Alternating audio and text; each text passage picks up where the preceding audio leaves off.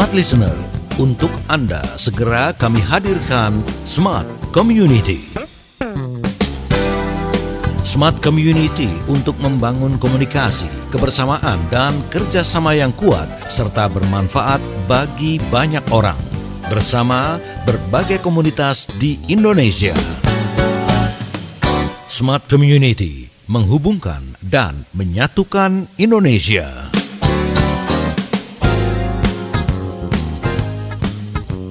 Halo Smart Listener, selamat hari Sabtu. Di kesempatan kali ini Smart Community kembali hadir untuk menyapa hari weekend Anda. Saya Tasya Rustama akan temani Anda dan kita akan berkenalan dengan komunitas tamu saya di kesempatan hari ini. Pastikan Anda bergabung ya di 0812 11 12 959 dan tamu saya di kesempatan kali ini adalah founder dari komunitas Sahabat Donor Darah. Beliau adalah Pak Erik Hermanto. Selamat pagi Pak Erik. Pagi Mbak Tasya. Gimana kabarnya Pak? Luar biasa.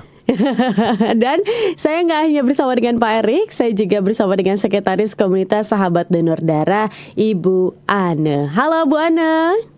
Halo Mbak. Gimana kabarnya Bu Ane? Sehat luar biasa. Sehat luar biasa. Semoga Smart Life Listeners juga di kesempatan hari ini weekend begitu ya. Semoga selalu sehat dimanapun berada. Dan di kesempatan kali ini sekali lagi perihal Anda yang ingin bergabung, saya undang di 0812 11 12 959 mungkin ingin bertanya ataupun berkomentar atau mungkin punya pengalaman yang sama dan ingin bercerita. Di kesempatan kali ini komunitas Sahabat Donor Darah hadir menyapa dan menemani Anda. Dan saya penasaran ini Pak Erik, Ibu Ane, gimana sih sedikit saja begitu ya untuk awal membuka, mungkin kita kenalan dulu. Sebenarnya ini komunitas apa Pak Erik, silakan. Oh ya, ini memang komunitas. Emang dari dulu tuh saya senang donor darah dari dulu. Jadi kita lahir pas COVID. Okay. Jadi ternyata pas COVID itu luar biasa sekali permintaan darah membludak. Itu di RS sama di PMI itu orang cari darah udah kayak di pasar gitu loh. Yeah. Jadi kondisi itu tahun 2020 adalah kondisi paling mencekam ya. Banyak orang meninggal karena kurang darah waktu itu. Nah, makanya kita hadir, komunitas Sahabat Donor Darah lahir di tahun 2020. Fungsinya adalah membantu PMI dan RS untuk mengatasi kekurangan stok darah gitu loh. Jadi mereka kita kepanjangan tangan mereka lah. Jadi supaya orang sekarang kan ibaratnya perlu kan lebih banyak Gen Z sama Gen Y nih. Jadi pendonor darah itu lebih banyak sekarang porsinya di Gen Z sama Gen Y itu udah kurang lebih 50 sampai 60% ya, 60% lebih ya populasinya gitu loh, yang mereka yang sudah donor darah gitu loh. Jadi kita harus ibaratnya sambut gayung lah. Jadi kita mesti mempromosikan secara terus-menerus gitu loh untuk mereka sadar pentingnya donor darah dan rutin donor darah. Nah, makanya kita bentuk komunitas karena orang Indonesia itu sukanya diajak gitu loh. Kalau nggak diajak mereka nggak suka donor darah gitu loh, ya kan? Sukanya bareng-bareng ya Pak Erik ya. Beberapa hari yang lalu aja ada donor darah di sini begitu kan. Nggak mau tuh kalau pergi sendiri, perginya pasti ngajak ikutan nggak gitu kan. Nah udah bareng-bareng tuh baru bareng-bareng pergi ke tempat donor darah. Memang kebiasaan orang Indonesia mesti gitu. Jadi makanya mesti ada komunitasnya, mesti ada wadahnya gitu loh supaya bisa saling mengingatkan, saling menguatkan, saling memotivasi seperti itu. Baik, kegiatannya sendiri seperti apa Pak Erik di komunitas ini? Karena kita tahu bahwa ya donor darah kan walaupun harus diajak begitu ya, tapi kan ini akhirnya sendiri-sendiri begitu. Seperti apa kegiatannya sedikit saja? Ya, mungkin Bu Ana bisa jelasin kali. Silakan Bu Ana. Oke, kalau kegiatannya sih lebih banyak kita ada 2 divisi kalau di KSDD ini, Mbak. Jadi selain kita melaksanakan aksi nyata donor darah, kita juga ada karena efek dari aksi nyata donor darah itu, jadi kan satu komunitas tuh ya membuat donor darah itu ada semacam kayak misalnya pendonor atau keluarganya misalnya membutuhkan darah, mereka pasti akan meminta ke kita dong, nggak mungkin ya, karena kenyataan di lapangannya kadang, saya udah donor di sini loh waktu itu, saya butuh di sini. Nah ini divisi PDL ini yang membantu mereka gitu. Jadi kita bukan hanya sekedar mengumpulkan massa untuk berdonor, bukan hanya sekedar mencari darah saja untuk membantu PMI, tapi kita juga membantu dari kebutuhan pasiennya juga gitu. Kegiatan yang rutinnya seperti itu, Mbak. Oke, baik. Kita akan mau kenalan lebih detail lagi begitu ya, lebih dalam lagi. Sebenarnya anggotanya sudah tersebar di mana aja sih begitu ya. Terus aksi nyata yang sudah dilakukan seperti apa. Tapi izin untuk dijawab di sesi selanjutnya Pak Erik, Ibu Ane, dan Smart Listeners tetap bersama kami ya dalam program Smart Community. Di hari ini sekali lagi kami undang Anda untuk bergabung 0812 11 12 959. Kami juga ada di YouTube channel Radio Smart FM. Jadi Anda bisa menonton tayangannya di sana dan bergabung bersama dengan kami. Dan kami akan kembali masih dalam program Smart Community. Smart Listener, tetaplah bersama kami. Smart Community segera kembali untuk Anda.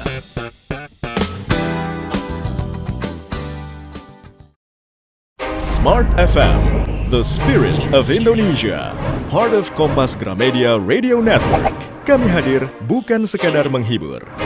Kami hadirkan berbagai program berkualitas, membuka wawasan, menginspirasi, dan menguatkan, melewati berbagai krisis dan situasi penuh tantangan. Menjadi panduan pengambilan keputusan bagi para CEO, direktur, manajer, profesional, dan pelaku bisnis di berbagai bidang dengan SIS AB+, serta rentang usia 25 hingga 45 tahun.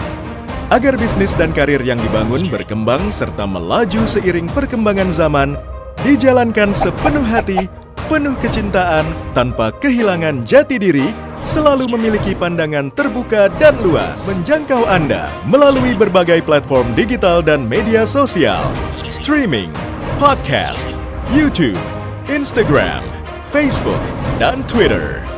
Meningkatkan peluang produk dan jasa Anda semakin dikenal, dipercaya, dan dipilih konsumen cerdas. Dengan dukungan tim activation kami yang kreatif dan profesional, jaringan yang luas, serta kolaborasi dengan unit Kompas Group of Media lainnya, kami merupakan mitra yang tepat untuk membangun brand awareness produk Anda. Smart FM mendukung pertumbuhan serta kemajuan karir dan bisnis Anda.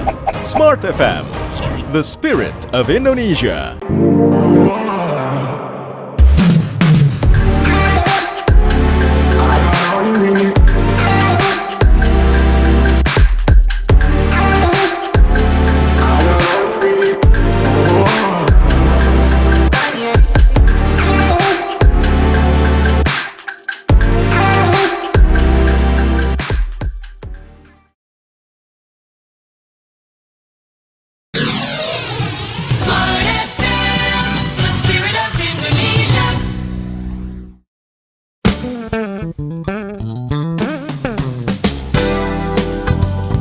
Smart Listener, kembali Anda ikuti Smart Community, menghubungkan dan menyatukan Indonesia.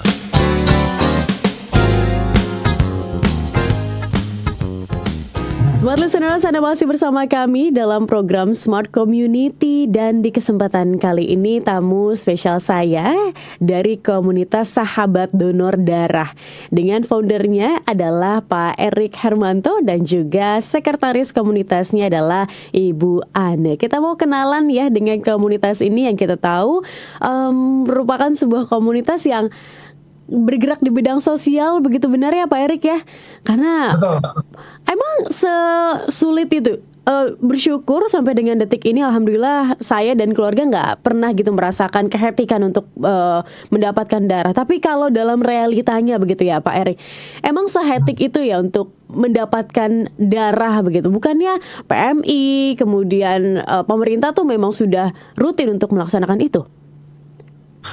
Nah, jadi memang kalau dalam kondisi normal ya, dalam kondisi normal, maksudnya bukan kondisi COVID ya, pandemi ya. Untuk PMI itu mereka practically tidak kesulitan darah. Biasanya mereka short itu pas di Lebaran ataupun di Nataru, liburan Natal tahun baru. Itu setiap tahun siklusnya seperti itu. Nah, cuman jadi problemnya timbul ketika yang RS rumah sakit yang punya UTD gitu loh. Mereka ini ibaratnya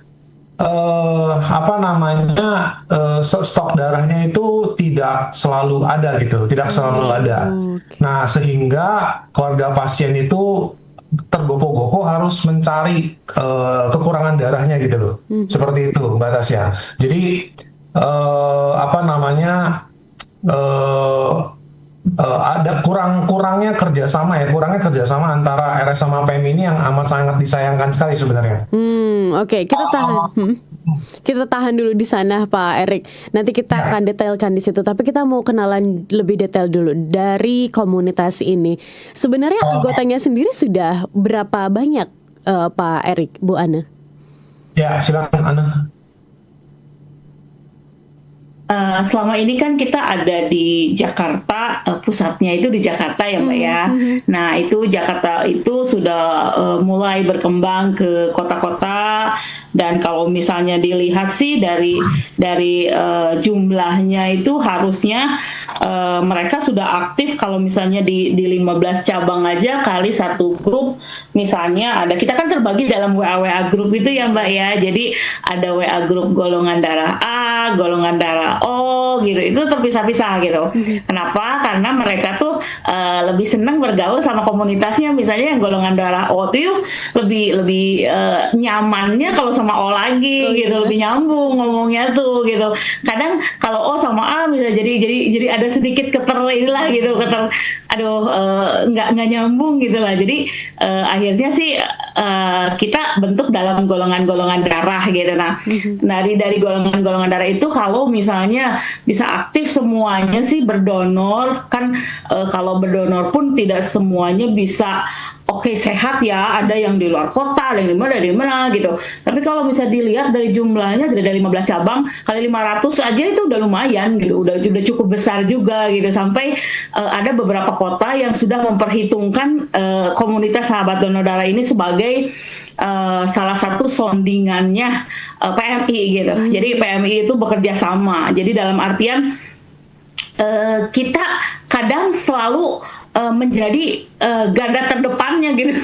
Jadi kan kadang kalau anggota PMI itu, orang PMI itu kan susah ya buat masuk ke dalam, walaupun mereka ada di dalam statusnya lebih tinggi mungkin ya. Tapi untuk langsung misalnya ke pabrik-pabrik, ke lapangan itu mereka terkendala karena SOP segala macam lah gitu. Tapi kalau komunitas ini jauh lebih mudah gitu untuk mengedukasi, untuk mengajar donor gitu. Dan kebiasaannya kalau misalnya sudah aktif, misalnya mau berdonor, ya berdonor sendiri gitu. Tugas kita mengedukasi, yuk donor yuk gitu, yuk gabung yuk di komunitas gitu. Kenapa? Karena komunitas itu kan memang kalau saya lihat ya gitu, orang ada yang ngomong gini, ada ya komunitas donor darah selain DDS ya. DDS itu kan donor darah sukarela ya, itu hampir setiap kota ada gitu. Tapi kalau komunitas yang lebih spesifik itu kalau saya temuin baru satu ini gitu, komunitas ini yang sedikit berbeda gitu. Kenapa? Karena yang tadi saya bilang ada aksi nyata donor darahnya, ada juga bantuan untuk pasiennya gitu loh Mbak. Oke. Saya menarik nih, saya mau di-highlight di situ nih Bu Ana, Pak Erik. Aksi nyata yang dilakukan oleh komunitas ini seperti apa yang sering gitu dilakukan? Silakan. Silakan Ana.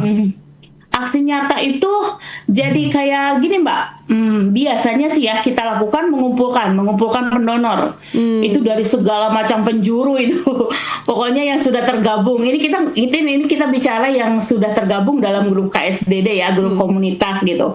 Kita biasanya share, dan itu komunitas kita ini tidak per daerah Mbak, jadi semua gitu.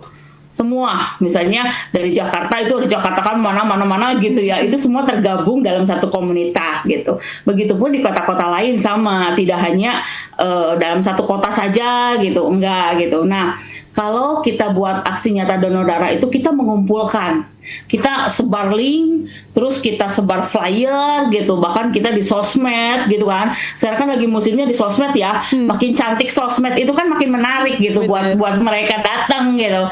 Apalagi dengan misalnya ada iming-iming sedikit lah gitu. itu kan manusiawi lah gitu ya. Cuman itu menarik gitu. Dan kalau saya sih selalu bilang donor darah itu untuk sehat gitu. Jadi kalau saya ngajakin donor darah itu, ngajakin aksi nyata donor darah itu bukan hanya untuk menolong pasien gitu. Itu hanya bonus lah kalau buat saya gitu. Saya selalu bilang begitu. Tapi donor darah itu sehat untuk kita. Jadi mau sehat atau enggak gitu. Kalau mau sehat, yuk donor darah gitu. Kalau mau sehat ya silahkan gitu. Biasanya aku suka gitu sih. Nah dari situ mungkin masyarakat tergerak ya untuk ikut. Siapa sih yang mau penyakitan gitu ya? Siapa sih yang mau apa sih terkena penyakit-penyakit tertentu yang berhubungan dengan darah, itu kan ngeri juga Mbak. Biasanya gitu Mbak. Oke, menarik. Berarti komunitas ini ada di tengah-tengah begitu ya, yang menghubungkan antara masyarakat dengan PMI selaku lembaga yang memang mengurusi hal itu, begitu. Benar Pak Erik? Ya, mungkin itu benar. Jadi kita kepanjangan tangan lah dari RS maupun PMI gitu ya. Mungkin aku tambahin sedikit informasi dari Ana bahwa jadi ANDD ini atau aksi nyata donor darah ini sebenarnya sama kayak acara donor darah lah, acara donor darah yang tadi Batasya katakan baru diadakan di kantor gitu loh. Nah, cuman kita lebih agresif kita kerjasama dengan beberapa titik gitu loh. Misalkan di wilayah Jakarta ya berarti 5 wilayah Jakarta gitu loh. Kalau di Bandung berarti sampai ke kabupatennya, kota kabupaten Bandung kayak gitu. Nah jadi terus selain AMDD kita juga ada PDL. PDL ini permintaan darah langsung. Nah ini yang mengkoneksi tugas kita menghubungkan antara pendonor dengan keluarga pasien. Nah, jadi Mbak Tasya bisa follow juga Mbak Tasya di IG kita. Jadi IG kita udah lumayan sih, udah puluhan ribu member ya. Jadi masing-masing tuh. Jadi IG-nya Jakarta, IG-nya Bandung, terus nanti ada lagi yang IG-nya Garut dan lain-lain gitu. Nah, jadi memang salah satu yang kita gencarkan juga di Instagram ini gitu. Jadi supaya lebih engage. Jadi bahasanya sekarang tuh dengan Gen Z sama Gen Y itu lebih engage sama mereka supaya mereka juga berasa ada, dihargai dan eksis gitu loh, ya kan. Nah tentunya tadi yang selain Anda katakan juga kita bikin grup Goldar per WhatsApp. Jadi di WhatsApp itu ada grup per Goldarnya gitu loh. Jadi Goldar O sama Goldar O, Goldar A sama Goldar A. Jadi supaya mereka tuh jadinya berasa kalau manusia itu kan punya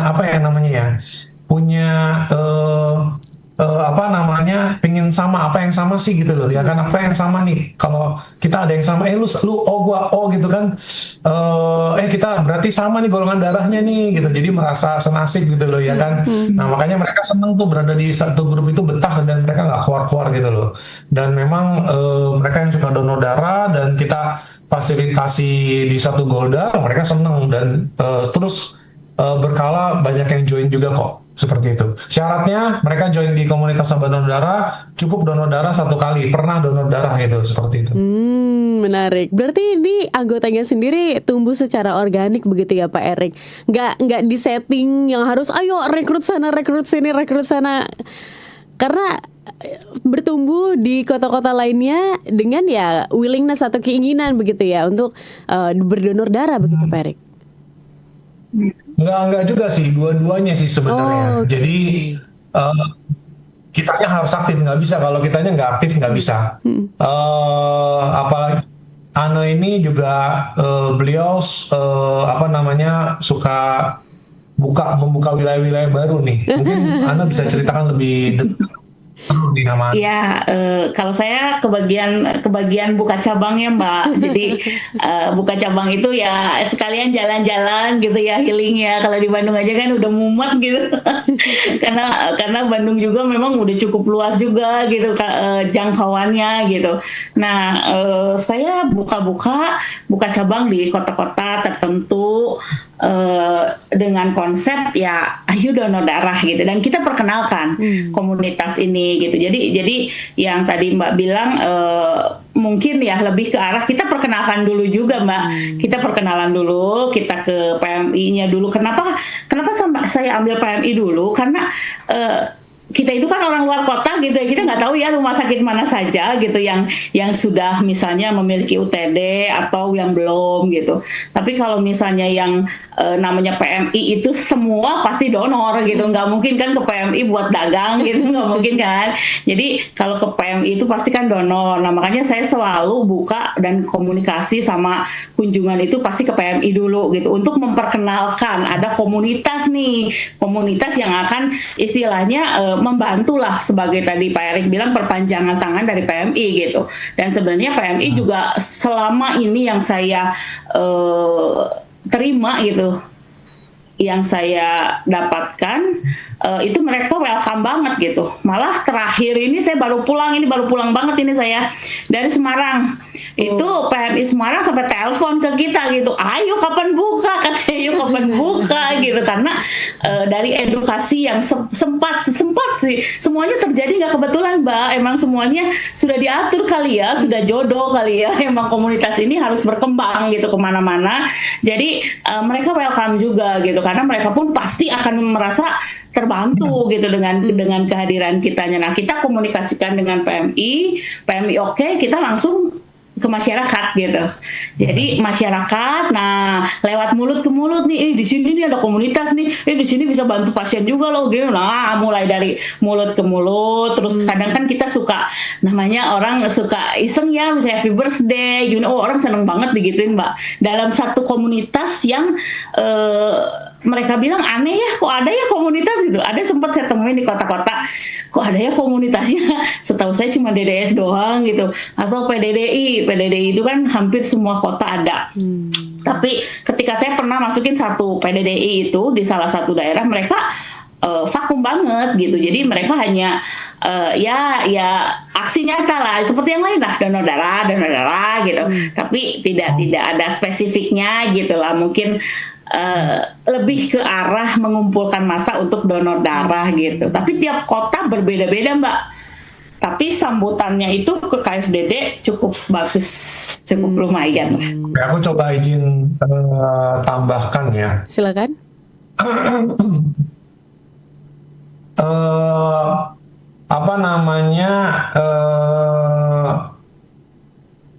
Mungkin maksudnya si Mbak Tasya ini lebih ke pendonornya. Lebih ke pendonornya. Jadi maksudnya kalau yang aku lihat polanya yang Anda lakukan ya, dia biasa dia bangun dulu, ibaratnya teaser. Jadi kan connect nih. Anda kan networkingnya banyak nih, ya kan. Jadi dia bangun dulu nih grup WhatsApp nih. Gimana nih responnya nih? Bagus gak grup WhatsApp-nya gitu loh, ya kan. Jadi gimana Anda biasa menilai dulu kebutuhan akan komunitas di daerah tersebut seperti apa gitu loh. Jadi dia testing dulu nih. Nah, terus kemudian dia udah testing, dia bikin grup Goldar grup per Goldar, ya, grup WhatsApp per Goldar. Nah, setelah responnya bagus, nanti dia mulai jajakin lebih jauh lagi. Yang tadi dia ceritain. Jadi gimana nih kerjasama dengan PMI-nya, terus kemudian siapa nih yang cocok untuk jadi koordinatornya, siapa yang bisa chemistry-nya masuk nih, kayak gitu loh, ya kan. Nah, terus baru Anda bangun komunitas di sana gitu loh. Baru ditandai biasanya dengan ANDD atau aksi nyata donor darah di kota tersebut. Nah, menandakan berdirinya komunitas sahabat donor darah di kota tersebut. Ya, itu yang dilakukan terakhir di Semarang ya. Semarang, oke, baik. Karena ini hubungannya, Papa ada pertanyaan saya selanjutnya. Untuk keterikatan dengan anggotanya itu seperti apa? Karena kan ada nih di kota-kota lain begitu kan, yang kita tahu bahwa terbatas waktu, terbatas jarak, kemudian juga mungkin kadang-kadang ada yang lepas kah atau seperti apa? Karena ini kan masalah semua komunitas gitu ya, keteraktifan dari anggotanya. Seperti apa Pak Erik, Bu Ana? Izin dijawab di sesi selanjutnya. Kita jeda dulu sejenak. Tetap bersama kami Smart Listeners dalam program Smart Community. Smart Listener, tetaplah bersama kami. Smart Community segera kembali untuk Anda.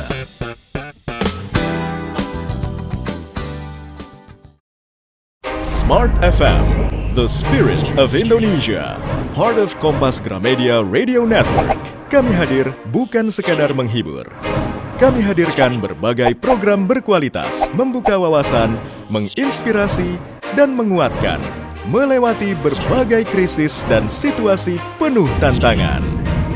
Menjadi panduan pengambilan keputusan bagi para CEO, direktur, manajer, profesional, dan pelaku bisnis di berbagai bidang dengan SIS AB Plus serta rentang usia 25 hingga 45 tahun agar bisnis dan karir yang dibangun berkembang serta melaju seiring perkembangan zaman dijalankan sepenuh hati, penuh kecintaan tanpa kehilangan jati diri, selalu memiliki pandangan terbuka dan luas menjangkau Anda melalui berbagai platform digital dan media sosial, streaming, podcast, YouTube, Instagram, Facebook, dan Twitter.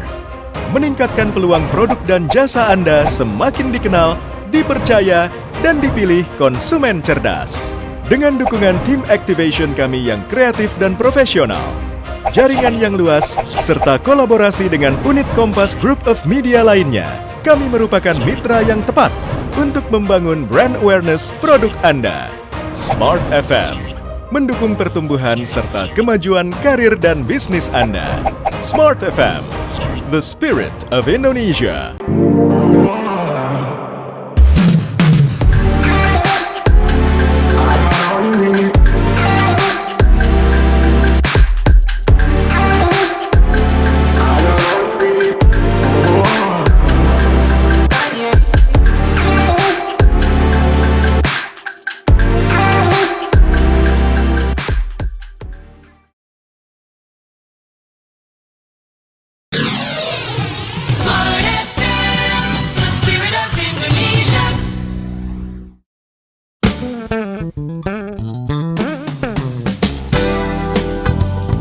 Smart Listener, kembali Anda ikuti Smart Community, menghubungkan dan menyatukan Indonesia.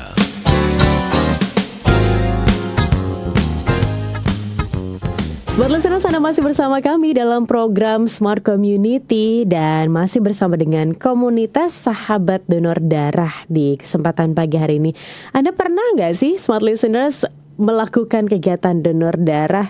Seperti apa rasanya? Kalau saya sendiri nih Pak Erik, Bu Ana, jujur belum pernah karena gak pernah lolos karena habis mengkonsumsi obat kah di hari sebelumnya, atau kurang tidur jadi tensinya terlalu tinggi atau terlalu rendah gitu kan.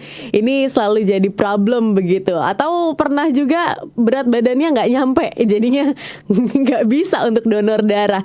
Jadi masih penasaran nih tapi belum bisa melangkah juga. Kalau untuk yang seperti saya ini gimana ya Pak Erik, Bu Ana, kalau dari Pak Erik sendiri? Ya, selalu ada jalan sih ya, selalu ada jalan. Jadi sebenarnya lebih kayak, hey, this is my body, ini kan tubuh saya. Saya perlu tahu nih, saya berarti berarti kalau nggak bisa donor berarti ada yang salah gitu loh, ada yang salah dari pola hidup kita gitu loh ya kan. Nah jadi kalau saya melihatnya dari sisi positifnya ya seperti itu. Ada juga yang donor sampai 7 kali baru diterima, itu ada, kita udah ada donor apa namanya, member kita yang seperti itu. Ada yang donor sampai 9 kali baru keterima gitu loh ya kan. Jadi cowok cewek memang kadang-kadang bisa seperti itu, Nah, tapi kalau misalnya apa namanya tadi kan, kalau Mbak Tasya berarti niatnya sudah ada, cuman kayak misalnya memang kalau problem cewek utamanya HB-nya agak kurang. Kalau HB-nya kurang, apa namanya, bisa pakai memakan makanan yang memang mengandung zat besi yang tinggi. Pokoknya daging merahnya diperbanyak. Nah, terus kemudian apa namanya, sayur-sayuran yang mengandung zat besi yang tinggi. Nah, itu dikonsumsi. Jadi kita mengatur pola makan kita gitu loh. Nah, sebelum donor kita udah ibaratnya udah prepare dulu seperti itu. Atau ya pakai booster, pakai vitamin. Nah, itu ada beberapa vitamin yang mengandung zat besi yang tinggi. Silakan bisa nanti Mbak Tasya bisa carilah, bisa Google gitu loh ya kan, merek-mereknya apa aja yang bagus untuk menambahkan zat besi yang tinggi. Seperti itu Mbak Tasya. Oke, berarti sebenarnya bukan halangan ya. Berarti saya effortnya aja nih yang kurang. Oke. Kita lanjut ke pembicaraan sebelumnya. Ini terhubung kepada gimana anggotanya begitu ya, keterikatan anggotanya. Karena kan tadi saya dengar ada di Bandung, ada juga di Semarang begitu ya Bu Ana ya, yang baru dibuka. Nah, ini gimana untuk mungkin lebih aktif kah atau gimana? Karena permasalahan semua komunitas begitu ya, di mana anggota ini cukup memakan energi gitu. Silakan Pak Erik atau Bu Ana? Silakan Bu Ana.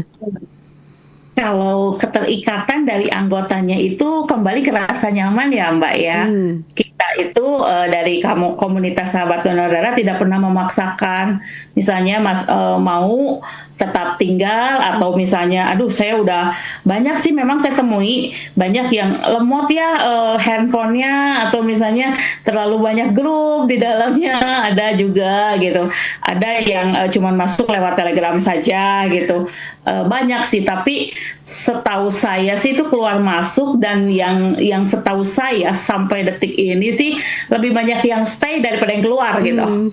Jadi yang keluarnya hanya sebagian kecil, dan ketika saya tanya kenapa keluar, saya japri gitu, dan mereka bilang saya handphonenya lagi bermasalah Bu katanya. Jadi nanti ketika sudah beres saya gabung lagi, dan benar itu gabung lagi gitu.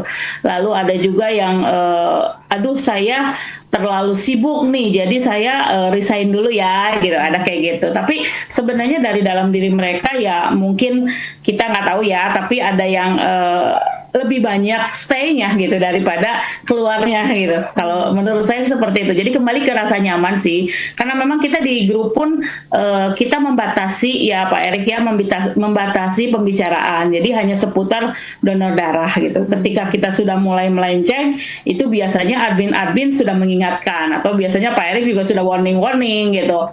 Karena kan dari aturan pertama ketika pendonor masuk itu kita sudah berikan syarat gitu. Jadi boleh gabung, tapi hanya membicarakan seputar donor darah dan kesehatan. Seperti itu Mbak.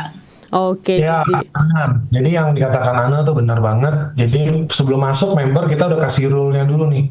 Ini aturannya kayak gini, kamu bisa ikutin apa enggak gitu loh.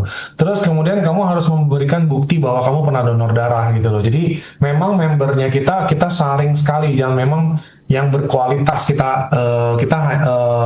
apa namanya, member-member yang masuk itu yang memang mereka suka dengan donor darah gitu loh, dan mereka memang mencari wadah komunitas donor darah gitu loh. Jadi memang dari awal saringannya udah bagus, kita udah tanya dan kemauan mereka sendiri, jadi kita punya apa ya bahasanya, bocornya tuh dikit lah. Keluar pasti ada keluar, cuman yang tadi seperti Anda bilang lebih banyak yang stay, seperti itu Mbak Tasya. Oke, baik.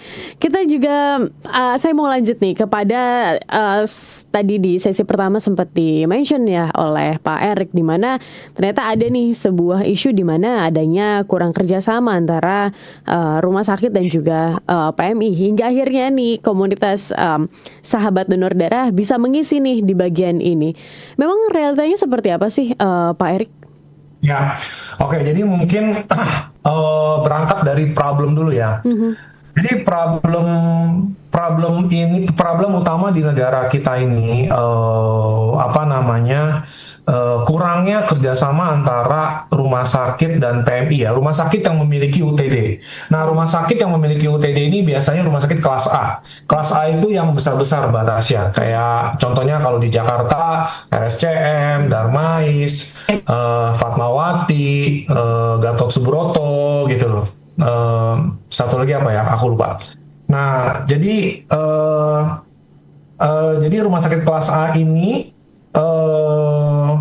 banyak pasien-pasien yang mereka minta darah. Ini terjadi di seluruh Indonesia ya. Terjadi di seluruh Indonesia. Rumah sakit pasien minta darah di rumah sakit, mereka nggak dapat darah. Mereka harus cari sendiri, ya kan? Sebenarnya simple aja. Sebenarnya simple, dari rumah sakit tinggal keluarin surat permintaan darah ke PMI, problem solve, selesai. Yes. Nah, tapi konyolnya dalam kondisi normal, ini kan kondisi normal ya, bukan kondisi COVID, ya kan, bukan juga dalam kondisi Lebaran ataupun kondisi Nataru, ya kan. Nah, rumah sakit itu bisa kekurangan darah gitu loh. Jadi kasihan keluarga pasien itu mesti warawiri nyari darah. Itu kita ngalamin setiap hari, batasnya sampai detik ini. Ya, jadi ini adalah isu nasional. Nah, kemudian saya kalau tarik ke belakang, latar belakang masalahnya apa sih? Sebenarnya ini seperti pedang bermata dua, ya. Jadi dari tahun 2000 awalnya sebenarnya PMI kan udah berdiri 40 tahun di Indonesia. Jadi yang bertugas mengumpulkan darah itu adalah sebenarnya PMI, tugasnya PMI. Yes. Nah, kemudian memang maksudnya pemerintah baik, ya kan? Dalam hal ini Kemenkes. Maksudnya baik, dikeluarkanlah aturan untuk supaya semenjak tahun 2010-2011 itu rumah sakit punya UTD. Jadi rumah sakit di seluruh Indonesia yang memenuhi persyaratan bisa memiliki UTD, terutama yang kelas A. Nah, jadi tapi sebenarnya bagus ya. Maksudnya idenya itu adalah untuk supaya orang lebih gampang lah, ya kan, untuk donor darah, tempatnya lebih banyak, aksesnya lebih banyak. Tapi enggak, ternyata ini pedang bermata dua gitu loh. Jadinya akhirnya mempersulit keluarga pasien itu untuk mendapatkan darah gitu loh. Kenapa? Karena institusi ini masing-masing punya ibaratnya egonya masing-masing seperti itu. Nah, jadi ini yang menjadi korban tuh keluarga pasien. Aku tuh mikirin doang keluarga pasien gitu loh. Kita sudah melakukan beberapa langkah seperti diskusi dengan Kemenkes, terus kemudian dengan komunitas darah lainnya juga kita ada networking, cuman sampai sekarang itu kita nggak ada titik temunya. Nah, saya harapkan dari pihak pemerintah, mungkin dalam hal ini anggota DPR kali ya, anggota DPR bidang kesehatan, mungkin bisa menjembatani nih, ya kan, atau bikin aturan ataupun petinggi-petinggi Kemenkesnya bisa ngeluarin aturan supaya RS itu sama PMI itu bisa kerjasama gitu loh. Jadi RS itu bisa mengeluarkan surat pengantar ke PMI supaya tidak menyulitkan keluarga pasien. Bayangkan kalau itu keluarga Anda sendiri gitu loh, ya kan, yang harus warawiri cari darah gitu loh. Nah, jadi itu satu problem nasional, Mbak Tasya, yang sudah terjadi selama bertahun-tahun ini gitu loh. Okay. Seperti itu, Mbak Tasya. Ada yang miss di pikiran saya, Pak Erik. Bukankah ketika membutuhkan darah, misal kalau di rumah sakit tidak tersedia, kita ke PMI. Bukannya PMI akan mudah begitu ya memberikan, karena kan memang banknya di sana. Betul. Masalahnya RS-nya tidak mau mengeluarkan surat pengantar. Oke. Karena RS-nya itu berpikir, hey, kita punya UTD, kenapa kalian tidak manfaatkan OTD-nya? Kalian yang kepala OTD-nya, jadi ini saya rasa ini pressure dari petingginya RS juga ya. Kan jadi mereka ada kepala OTD juga kan. Nah, kepala OTD-nya pasti under pressure bahwa ya kamu harus cari darah, gimana caranya ya kamu pikirkan kayak gitu loh. Pokoknya kita punya RS OTD sendiri yang malu kalau minta-minta ke PMI kayak gitu, kurang lebih seperti itu bahasanya lah. Jadi mereka harus mengutilize RS itu harus mengutilize mereka punya OTD sendiri, jangan minta sama orang lain gitu loh. Nah itu satu problem. Problem kedua adalah ketika RS itu minta ke PMI, ya kan? Jadi dua belah pihak nih. Nah tiba-tiba PMI bisa nagih miliaran gitu loh. Jadi di akhir tahun tiba-tiba PMI bisa nagih miliaran ke RS tersebut. Nah ini ada satu kendala juga gitu loh. Jadi sebenarnya ini perlu dicarikan jalannya, solusinya kedua belah pihak ini supaya bisa duduk bareng atau dibikin aturan. Jadi supaya tidak mengorbankan keluarga pasien gitu loh. Karena ini kita tiap hari ngalamin ini Mbak Tasya. Jadi mereka pasien-pasien dari RS itu yang tidak bekerja sama ya. Jadi yang punya OTD yang tidak bekerja sama, yang nggak punya OTD itu mereka bisa kerja sama dengan PMI, nggak ada masalah. Justru sebenarnya yang nggak punya OTD itu malah mereka minta darah ke PMI nggak ada masalah, no issue. Nah, karena dalam kondisi normal seperti ini, kita nggak ada masuk permintaan darah dari PMI itu nggak ada. Nah, cuma PMI minta darah dari PMI minta darah ke kita itu dalam kondisi libur lebaran sama Nataru doang, kalau kondisi normal kayak gitu loh. Jadi ini adalah problem yang menurutku mesti segera diselesaikan. Cuma kita buntu, kita nggak ada, dari kita pribadi juga nggak ada solusinya gitu loh. Kita harapan dari anggota DPR lah, ya kan, semoga bisa memberikan solusi, dan diharapkan dari dari radio kita harapkan teman-teman juga bisa ada yang, semoga ada yang denger nih, ada yang connect nyambung ya, kita siap lah untuk diskusi bareng gitu, duduk bareng gitu loh. Karena kasihan Mbak Tasya, ini keluarga pasien kita tiap hari mereka harus warawiri cari darah gitu loh. Jadi mereka udah disibukkan dengan pasiennya, dan mereka harus sibuk kesana kesini cari darah kayak gitu loh. Menarik ya Pak Erik, di mana saya nggak habis pikir begitu ya. Saya mendengar fakta ini cukup speechless begitu. Di mana ya ego sektoral begitu kan masih dipakai di momen krusial di mana pertaruhan hidup seseorang begitu kan ya. Harusnya ini kan udah nggak ada lagi nih isu-isu seperti ini, dan baiknya sih top to the bottom begitu ya, dari peraturan itu sendiri nih harus dibenahi bagaimana caranya agar semuanya alurnya bisa nyampe begitu ya Pak Erik. Izin Pak Erik, Bu Ana, tapi kita jeda dulu sejenak, sesi terakhir Smart Listeners, mungkin Anda ingin berkomentar 0812111299, kami akan kembali untuk Anda. Smart Listener, tetaplah bersama kami. Smart Community, segera kembali untuk Anda.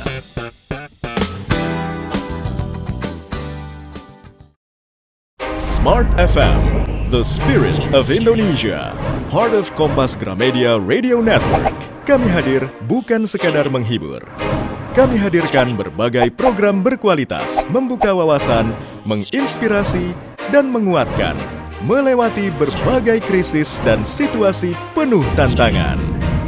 Menjadi panduan pengambilan keputusan bagi para CEO, direktur, manajer, profesional, dan pelaku bisnis di berbagai bidang dengan SIS AB+, serta rentang usia 25 hingga 45 tahun.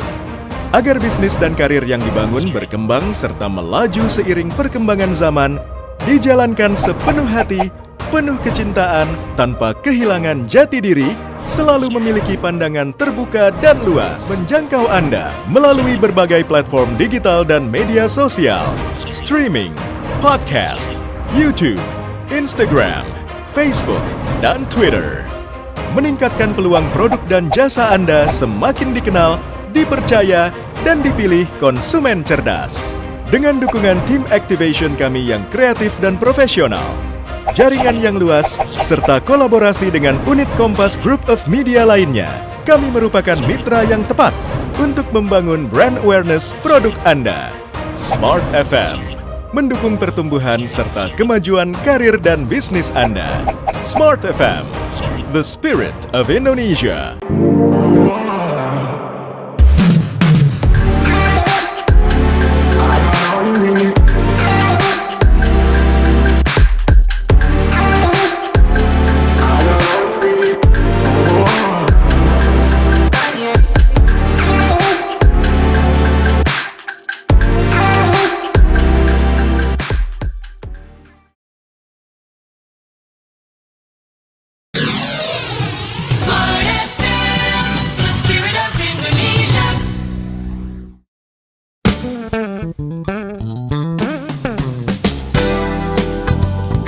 Smart Listener, kembali Anda ikuti Smart Community, menghubungkan dan menyatukan Indonesia.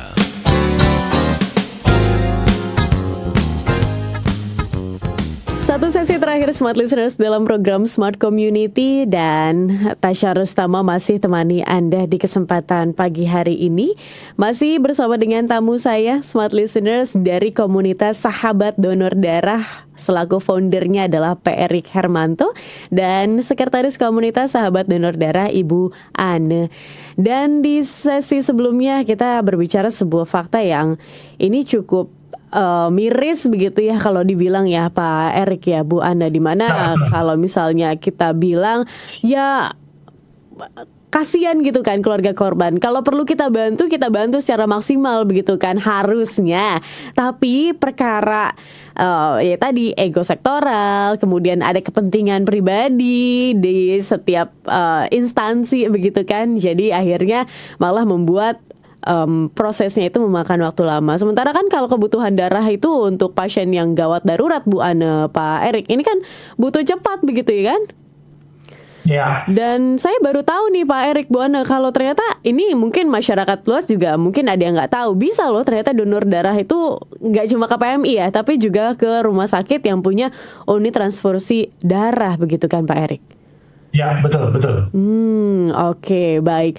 Kalau dari komunitas Sahabat Donor Darah sendiri, apa akhirnya yang diisi begitu ya untuk mengisi gap atau kesalahan dari peraturan ini sendiri nih? Silakan Pak Erik. Ya. Silakan, mungkin Ana bisa bantu karena Ana lebih banyak pengalaman nih soal Silakan Bu Ana. Ya paling kita berusaha semaksimal mungkin ya Mbak ya untuk mencarikan pendonor ya, karena kita tidak bisa mengandalkan dari rumah sakit itu sendiri gitu, karena kan rumah sakit juga mungkin mereka ya banyak kebutuhan juga, dan mereka juga yang tadi Pak Erik bilang benar, entah apalah penyebabnya gitu bisa sampai nggak bisa bekerja sama dengan PMI lah, dalam artian saling membantu lah gitu kan. Yang penting kan goals kita itu kan adalah pasien terpenuhi kebutuhan darahnya gitu. Nah ya yang kita lakukan sih kita membantu sebisa mungkin lah, sekeras mungkin lah. Kalau perlu saya japriin tuh satu-satu pendonor di dalam WA grupnya gitu. Memang cukup memakan waktu, tapi kalau niat kita membantu itu pasti dimudahkan. Paling kita seperti itu Mbak. Ya, jadi saya tambahkan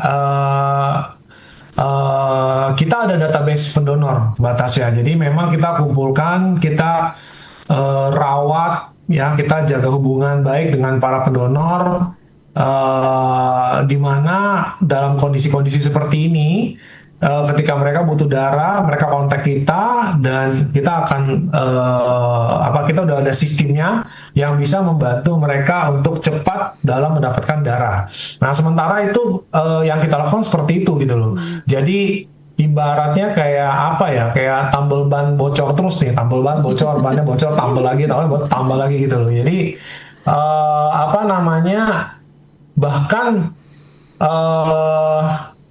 kalau jadi gini, ada satu problem lagi sebenarnya. Itu yang tadi ya, kalau misalkan pasien butuh darah, dia kontak kita, terus kita masuk ke divisi PDL kita, permintaan darah langsung, terus kita bantu. Kita ada tim-timnya kita, tim relawan kita lah. Nah, ada satu problem lagi, kadang-kadang kita mau bantuin, mau masuk ke rumah sakitnya, mau ngadain aksi nyata donor darah di rumah sakit tersebut. Hey, kamu kan darahnya kurang terus nih, ya udah kita bantuin kamu deh, kita masuk, kita bantuin, kita ngadain acara donor darah deh di RS kamu gitu loh, ya kan? Itu pun nggak gampang loh Mbak Tasya. Jadi apa namanya, beda ya kalau sama PMI. Kan PMI ada jadwalnya jelas, kamu ada berapa orang, ada tempatnya di mana, jadwalnya masuk jalan gitu loh, ya kan? Nah ini mau masuk aja nggak bisa. Jadi apa namanya, dan standar pelayanan, I'm frankly speaking ya, ini ngomong jujur ya, standar pelayanan pengambilan UTD darah di PMI sama di RS itu beda jauh. Dari sisi profesionalitas, dari sisi kecepatan, dari sisi apa namanya itu pelayanan itu beda jauh Mbak Tasya. Beda jauh jadi, dalam hal apa nih Pak Erik? Ya tadi, pelayanan, profesionalitas, kecepatan, ya kan, service gitu loh. Jadi beda jauh. Maksudnya PMI jauh lebih bagus gitu loh. Nah ini salah satu problem juga yang harus ditingkatkan oleh RS yang punya UTD gitu loh. Ya jadi apa namanya, nggak semua RS itu punya standar yang sama gitu. Nah, cuman kalau PMI kan memang udah kebiasaan, mereka setiap hari seperti itu. Mereka punya ISO-nya, mereka punya SOP-nya gitu loh. Jadi mereka udah bagus banget gitu loh. Nah, jadi kalau RS ya mungkin saya ngerti ya, RS kan fokusnya banyak ya, nggak cuma UTD doang gitu ya kan. Cuman ini perlu ditingkatkan lah dari sisi flow-nya, aturannya, apa SOP-nya, layanannya, servisnya, kecepatannya itu apa namanya perlu ditingkatkan lah di RS juga gitu. Itu satu problem lagi seperti itu. Jadi dari awalnya memang bermaksud baik, tapi menjadi pedang bermata dua sekarang, gitu loh. Jadi ini isu nasional lah ini, yang perlu ditangani secara serius sih. Aku perlu nih ditangani serius. Aku harapin sama seperti ini Mbak Tasya. Aku senang sekali dengan teman kita di POPTI. POPTI itu apa namanya, Persatuan Thalassemia Indonesia. Mbak Tasya pernah tahu thalassemia? Tahu. Ya, jadi POPTI berjuang. Jadi waktu itu kita, aku ngikutin ceritanya mereka. Mereka berjuang. Ini gimana nih caranya supaya bisa mengerem thalassemia, jangan sampai ada thalassemia lagi di Indonesia gitu loh. Nah, udah disaling tuh, udah caranya udah bagus. POPTI apa namanya, memperjuangkan mereka mengkat di, lu mau kawin, lu mesti punya apa namanya, screening darah dulu. Sebelum lu menikah, lu harus punya di puskesmas screening darah kedua pasangan. Nah, jadi kalau keduanya thalassemia atau ada kemungkinan memberikan keturunan thalassemia, itu langsung di stop. Di situ nggak dikasih. Nah, itu bagus caranya. Itu POPTI berhasil memperjuangkan itu gitu loh. Nah, kita memperjuangkan yang hal simpel ini seperti ini sampai sekarang nggak ketemu titik cerahnya gitu loh. Dan saya udah nggak tahu lagi caranya mesti gimana. Tolong Pak petinggi Kemenkes dan anggota DPR, tolong bagian kesehatan, ayo dong kita duduk bareng deh. Itu ini problem nasional ini, dan semoga ada yang memperhatikan sih. Amin. Semoga lewat siaran ini yang juga tayang di YouTube begitu ya, terdengar begitu suara hati ibaratnya gitu ya, karena kan ini nggak cuma terjadi sekali dua kali. Tadi Pak Erik juga mengatakan bahwa kayak tambal ban bocor, tapi yang nambel bukan orang yang ngebocorin begitu kan ya Pak Erik ya, yang nambel orang lain. Itu bagus banget itu bagus. Kan jadi kesel kan ya, karena yang nambel ini yang bawa tukang tambal ban tuh bukan orang yang ngebocorin gitu kan ya. Jadi harus duduk bareng-bareng. Oke Pak Erik, Bu Ana, waktu kita singkat begitu ya. Mungkin sedikit dari Bu Ana, sedikit dari Pak Erik. Apa yang akhirnya jadi target begitu ya dari komunitas ini nantinya? Mungkin beberapa tahun ke depan, beberapa bulan ke depan. Adakah event terdekat? Silakan Pak Erik, Bu Ana. Ya, silakan Ana. Kalau event terdekat kita sudah pasti kita akan mengadakan aksi nyata donor darah akbar di beberapa kota mungkin ya, tapi nggak semua karena cabang kita juga ada masanya gitu ya. Mungkin di beberapa kota kita akan mengadakan aksi nyata donor darah, dan saya berharap kita bisa sehat semua gitu ya, masyarakat Indonesia bisa sehat semua. Jadi ayo donor darah gitu. Dan saya punya impian sama seperti impian Bapak founder kita itu, KSDD itu ada di Nusantara gitu semuanya gitu. Jadi tidak terkecuali kalau memungkinkan itu sampai ke pelosok-pelosok gitu, karena kabupaten-kabupaten itu belum terjangkau, Mbak. Jadi kita sekarang masih fokus di kota, dan kota pun juga belum semua gitu. Jadi saya berharap mudah-mudahan komunitas ini bisa bermanfaat, dan komunitas ini juga bisa membantu banyak orang, karena ketika membutuhkan darah itu semua respon masyarakat adalah panik gitu. Dan kita akan mencoba untuk membantu kepanikannya biar jangan sharing panik gitu. Mungkin gitu aja Mbak kalau dari saya. Saya izin nambahkan, jadi yang Anda bilang benar ya. Jadi kita bentar lagi bakalan ultah nih Mbak di bulan Agustus. Jadi di Agustus kita akan ultah Jakarta mulai Agustus tanggal 10 ya. Ya benar, tanggal 10 Agustus kita akan ultah. Jadi teman-teman bisa follow IG kita di Sahabat Donor Darah. Jadi bisa ikutin berita-berita terbaru. Dan juga memang tentu benar tadi kata Anda ya. Jadi impian saya adalah agar seluruh rakyat Indonesia ini bisa punya akses darahnya kemudahan lah, jadi nggak ada kesulitan ya.